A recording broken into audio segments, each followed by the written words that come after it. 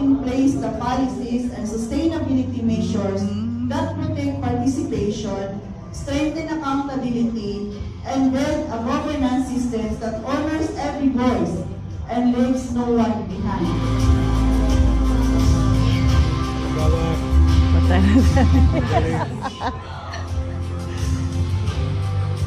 Engineer, oh. We continue to commit because this is a noble mission of the civil society organization. Thank you and good evening.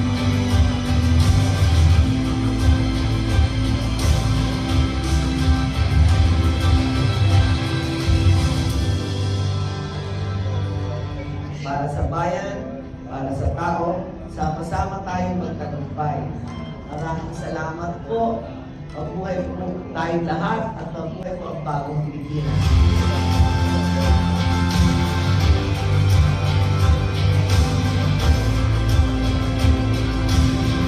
Ayun sa ilang website. Wala silang isend daw kay engineer.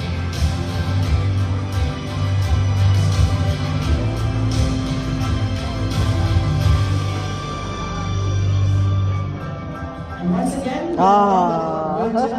of Swindon CSO academies and stakeholders, may this be